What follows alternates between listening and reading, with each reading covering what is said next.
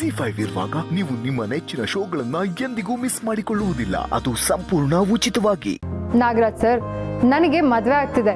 ನನ್ನ ಗಂಡ ನನ್ನನ್ನು ಪ್ರೀತಿಯಿಂದ ನೋಡ್ಕೊಳ್ತಾನೆ ಅನ್ನೋ ನಂಬಿಕೆ ನನಗಿದೆ. ಆ ನಂಬಿಕೆಯಿಂದಾನೆ ನಾನು ಕೆಲಸ ಬಿಡ್ತೀನಿ ಅಂತ ಹೇಳಿದ್ದು. ಆದ್ರೂ ಮದುವೆಗಳಾಗೋವರೆಗೂ ವೆಯ್ಟ್ಗಳು ಮಾಡ್ಬೋದು ಅಂತ ನನ್ನ ಒಪಿನಿಯನ್ಗಳು. ಇಲ್ಲ ಬಾಬು, ನನಗೆ ಈ ಡೀಲಿಂಗ್ ರಾಜ್ ಮುಖಾನ ಸಹಿಸ್ಕೊಂಡು ಸಾಕಾಗೋಗಿದೆ. ನಿಮ್ಗೆ ಯಾರಿಗಾದ್ರೂ ಗೊತ್ತಾ ಈ ಆಫೀಸಲ್ಲಿ ಮದುವೆ ಆಗದೆ ಇರೋ ಹೆಣ್ಮಕ್ಳನ್ನ ಅವ್ನು ಹೇಗೆ ನೋಡ್ತಾನೆ ಅಂತ?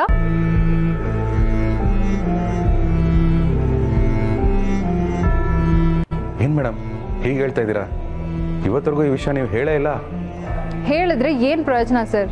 ಏನು ಅವ್ರಿಗೆ ಒಡೆದು ಬೈದು ಬುದ್ಧಿ ಹೇಳ್ತೀರಾ? ಇಲ್ಲ ತಾನೆ. ಪ್ರತಿಯೊಂದು ಆಫೀಸಲ್ಲೂ ಈ ಥರ ಡೀಲಿಂಗ್ ರಾಜ್ಗಳು ಇದ್ದೇ ಇರ್ತಾರೆ. ಅವ್ರು ಅಪ್ರೋಚ್ ಮಾಡೋದೇ ಗೊತ್ತಾಗಲ್ಲ. ಎಲ್ಲದಕ್ಕೂ ಓಕೆ ಅನ್ನೋ ಹಾಗಿದ್ರೆ ನೈಸಾಗಿ ಮಾತಾಡಿ ಅವ್ರಿಗೆ ಹೇಗೆ ಬೇಕೋ ಹಾಗೆ ಬಳಸ್ಕೊತಾರೆ. ಸ್ಟ್ರಿಕ್ಟ್ ಆಗಿದ್ರು ಟ್ರೈ ಮಾಡೋದನ್ನ ಬಿಡಲ್ಲ. ಇವ್ರು ಮಾಡೋ ತಪ್ಪಿಗೆ ಸಾಕ್ಷಿ ಸಿಗಲ್ಲ. ಸಿಕ್ಕಿದ್ರು ಅದನ್ನ ಪ್ರೂವ್ ಮಾಡೋಕ್ಕಾಗಲ್ಲ. ಯಾಕಂದ್ರೆ ನಾವು ಅವ್ರ ಕೈ ಕೆಳಗಡೆ ಕೆಲಸ ಮಾಡ್ತಿರ್ತೀವಿ ಅನ್ನೋ ಭಯ. ಆ ಭಯನೇ ಇವ್ರುಗಳಿಗೆ ಬಂಡವಾಳ. ಮದುವೆ ಆಗದೆ ಇರೋ ಹುಡುಗಿರಂದ್ರೆ ಸಾಕು, ಜೊಲ್ ಸುರ್ಸ್ಕೊಂಡು ಬಂದ್ಬಿಡ್ತಾರೆ. ನನ್ನ ಫ್ರೆಂಡ್ ಒಬ್ಳು ಈ ಥರದ ಸಮಸ್ಯೆನ ನೋಡಿ ಮದುವೆ ಆಗಿಲ್ಲ ಅಂದ್ರೂ ತಾಳಿ ಕಾಲುಂಗ್ರ ಹಾಕೊಂಡು ಓಡಾಡ್ತಾ ಇದ್ದಾಳೆ. ಅಟ್ಲೀಸ್ಟ್ ಅವಾಗಾದ್ರೂ ಇಂಥವ್ರು ಟಾರ್ಚರ್ ಕಡಿಮೆ ಆಗ್ಬೋದು ಅಂತ. ಕೆಲವ್ರಂತೂ ಹೇಗಿದ್ರು ಬಿಡಲ್ಲ.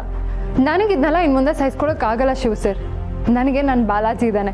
ಅವ್ನು ನನ್ನ ಲೈಫಿಗೆ ಬಂದು ನನ್ನ ಮದುವೆ ಆದರೆ ಸಾಕು ಅಂತ ಕಾಯ್ತಾ ಇದ್ದೀನಿ. ನಮಗಿದು ಗೊತ್ತಾಗ್ಲೇ ಇಲ್ಲ ಮೇಡಮ್, ಸಾರಿ. ಅಯ್ಯೋ ಶಿವು ಸರ್, ನೀವು ಯಾಕೆ ಸಾರಿ ಕೇಳ್ತಾ ಇದ್ದೀರಾ? ಅಟ್ಲೀಸ್ಟ್ ನೀವುಗಳು ನನ್ನ ಜೊತೆ ಒಳ್ಳೆ ರೀತಿಯಲ್ಲಿ ಇದ್ರಲ್ಲ, ಅಷ್ಟು ಸಾಕು. ನಮ್ಮ ಬಾಸ್ ಮೇಲೆ ಕಂಪ್ಲೇಂಟಾ? ನೀನು ಕೆಲಸದಲ್ಲೇ ಮುಂದುವರೆದಿದ್ರೆ ಹಾಕ್ಕೊಡ್ತಿದ್ದೆ. ಈಗ ನೀನೇ ಬಿಟ್ಟು ಹೋಗ್ತಿದ್ಯಲ್ಲ, ಇಟ್ಸ್ ಓಕೆ.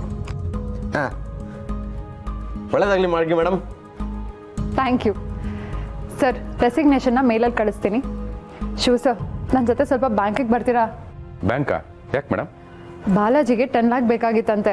ಅದು ಅರ್ಜೆಂಟಾಗಿ ಪರ್ಸನಲ್ ಲೋನಿಗೆ ಅಪ್ಲೈ ಮಾಡಿದ್ದೆ. ಸೊ ದುಡ್ಡನ್ನ ಡ್ರಾ ಮಾಡ್ಕೊಂಡು ಬರೋದಿತ್ತು, ಅದಕ್ಕೆ. ಅಲ್ಲ ಮೇಡಮ್, ಫಾರಿನ್ನು ವೆಲ್ ಸೆಟಲ್ಡ್ ಅಂತೆಲ್ಲ ಹೇಳಿದ್ರೆ. ಫಾರಿನ್ನು ವೆಲ್ ಸೆಟಲ್ಡು ಎಲ್ಲ ನಿಜಾನೇ ಸರ್. ಆದರೆ ಅದನ್ನೆಲ್ಲ ಬಿಟ್ಟು ನನಗೋಸ್ಕರ ಇಂಡಿಯಾಗೆ ಬರ್ತಿದ್ದಾನೆ.